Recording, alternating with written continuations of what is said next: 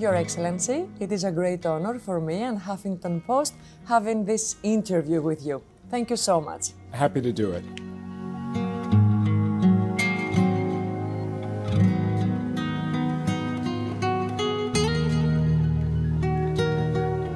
Five years as U.S. Ambassador to Greece is a long time. Do you feel you have accomplished your mission?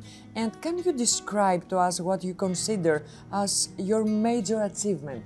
No, well, thank you. I'm not done yet. I know. But certainly in terms of the past 5.5 years, what I'm most proud of is the broad consensus that we've built both in Greece and in the United States on the importance of this strategic relationship. We have advanced our shared interests across a broad range of issues, and we can talk about that later.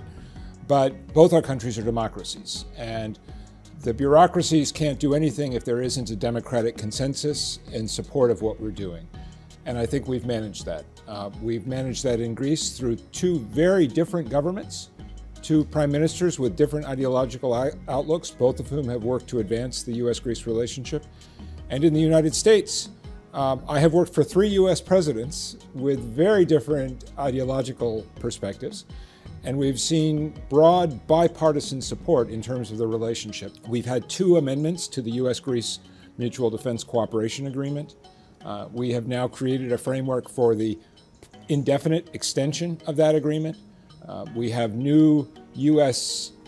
hubs for operations in Alexandroupolis, in Larissa, in Volos, and Stephanouikio, in addition to what we're doing in Suda Bay. This helps build security between our countries. It's vitally important to the U.S. military in Europe, and it's proving its utility every single day. So that's obviously a very important area of cooperation. Another priority for me has been everything that we have done in the technology and entrepreneurship space.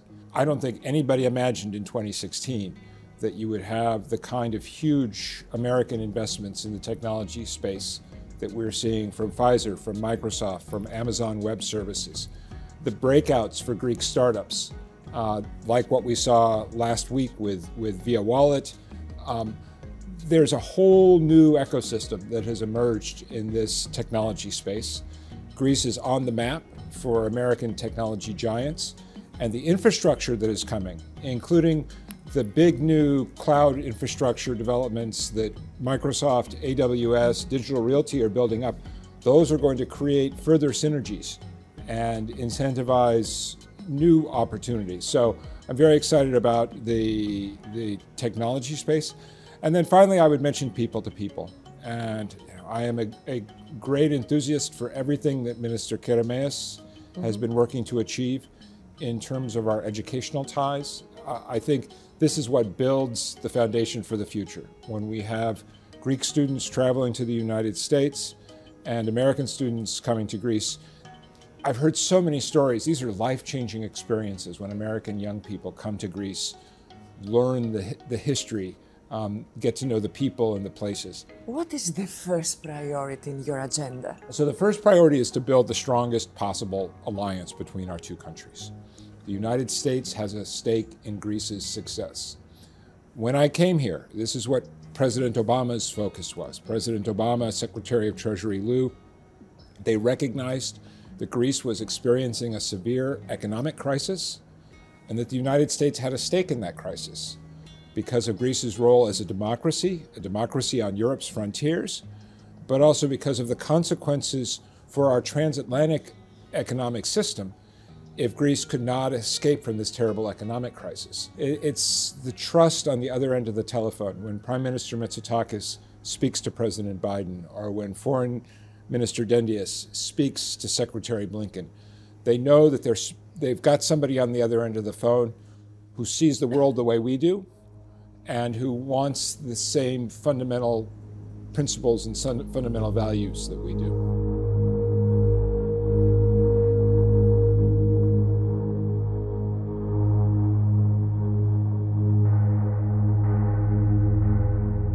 As tensions are rising on the borders of Ukraine, do you believe diplomacy still has a say? Absolutely. That's why you're seeing such an intensive effort by the U.S. government, President Biden, National Security Advisor Sullivan, Secretary Blinken, Deputy Secretary Sherman.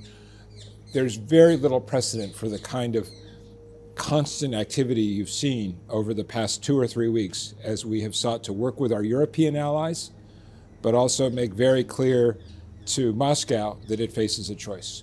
When I was ambassador in Ukraine, I used to say that Vladimir Putin could end the war with one phone call, and that remains the case. Stemming this crisis is going to depend on choices that the Kremlin has to make. The crisis was created by the actions of Russia, mobilizing 120,000 troops on Ukraine's borders. Ukraine does not threaten Russia. The problem is, how is Russia now going to choose to proceed? Will it take the diplomatic off-ramps that we and our European allies have constructed?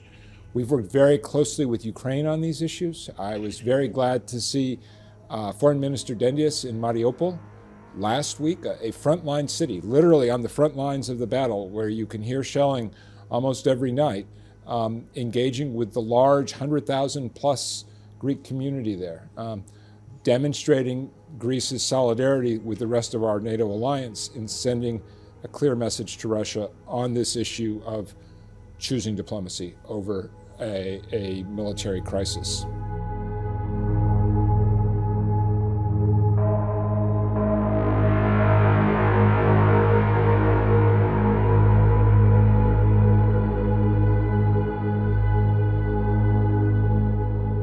Greeks feel that they found a very close ally in Joe Biden, supporting stability and security in our region and having Turkey as a neighbor. Would you say there is a better understanding now with Joe Biden than before with Donald Trump? Yeah, I mean, I wouldn't like to compare one president to another. As I said, I've worked for 3 U.S. presidents, and my position is an apolitical one. I'm very proud of the bipartisan consensus we've maintained. I will say that this is a president who knows Greece very well. The last time I saw Joe Biden face-to-face was when he was here with Dr. Biden, with his wife, Dr. Jill Biden, in 2017. In fact, my wife, Mary, joined Dr. Biden going out to Lesbos to visit some of the refugee camps. And, you know, I saw the way President Biden related with his Greek hosts. We had a meeting with the Ecumenical Patriarch. This is somebody who knows Greece, who has his political career has been connected to the Greek American community for many, many decades. And he is strongly committed, as he said himself in his message on the occasion of the Greek bicentennial last March, he is strongly committed to become the U.S. president who takes the U.S.-Greece relationship to the highest level it's ever seen. The last 2 years are the years of the pandemic, yes, unfortunately. How optimistic are you about the day after? And do you think Americans and Greeks can help each other to recover as soon as possible? I think you have to be optimistic. If you think about where we were almost 2 years ago, you remember when the government announced that the carnival in Patras was going to be canceled and in 2020, and everybody was surprised, and we were watching the news stories from Italy. You think about how much we've all lived through since then, the lockdowns, the waves of different variants. But one thing that we have today that we didn't have in 2020 is vaccines. And there is a strong Greek-American element to those vaccines, of course, in the form of Dr. Albert Bourla, the CEO of Pfizer. And I remember, you know, Albert was here on this patio in the summer of 2020. And I remember that was just when they had just started some of the experimental trials. And Albert was here, and I had Vasilis Kakilias, who was then health minister over, and I was introducing them. And I remember Albert saying to us that he was actually quite optimistic that the vaccine was going to work. But nobody anticipated that it would have the kind of effectiveness that it has been proven to have. And then there's the question of how we grow ourselves out of the economic shock that the pandemic and the lockdowns induced. And on that, I think Greece is relatively well positioned because the government took a smart science-based approach to the pandemic, managing the pandemic, but also because of the way that the Mitsotakis government used the pandemic to deepen and accelerate the economic reform process. So for instance, in the area of digital governance, all of the transformation that we've seen in the way the Greek state engages with citizens through technology, through mobile phones, all of that was fast-tracked using the crisis of the pandemic to facilitate it. You have experienced not one, but two crises in Greece, unfortunately. I would say three. I mean, I would say yeah. the financial crisis, the migration crisis, and the pandemic crisis. Would you say that Greeks are survivors after all? Well, I mean, that's one of my main takeaways from this experience has been the extraordinary resilience of Greek society, Greek democracy. Yeah. It's something not to be taken for granted. All of our democracies have been tested over the past few years. But Greece has come out of this severe economic crisis, as severe as the Great Depression of the 1920s in the United States. But Greece has been through a lot. You know, I have the luxury of living in this city with 2,500 years of history. You know, I can look out and see the Acropolis, which has stood there, you know, solid and unbroken for 2.5 millennia. Greece will be fine. And something that Greeks don't always understand, I think, is the strength of the Greek brand. My wife is an elementary school teacher, and she always says when she's teaching her young kids, the chapter, the unit that the kids get most excited about is Greek myths. You know, Greece has a very desirable brand. It's associated with our democracy, with classical culture. This, you know, aside from the beauty of Mykonos and Santorini and everything that Americans think of when they think of Greece.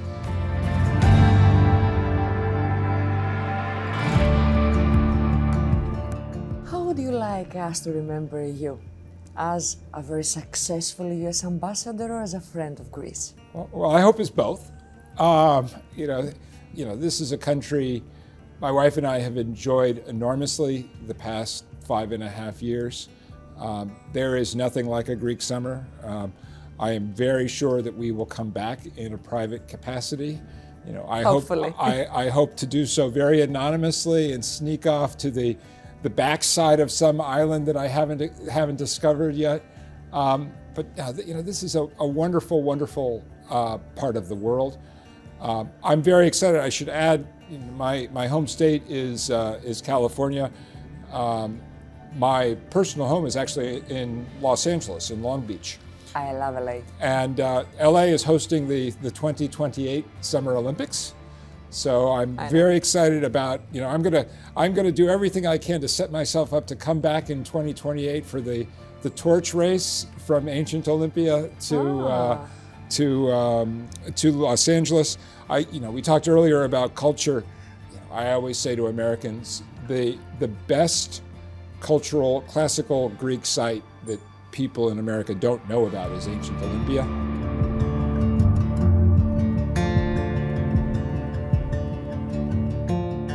Your Excellency, thank you so much. It was an honor having us here. Great.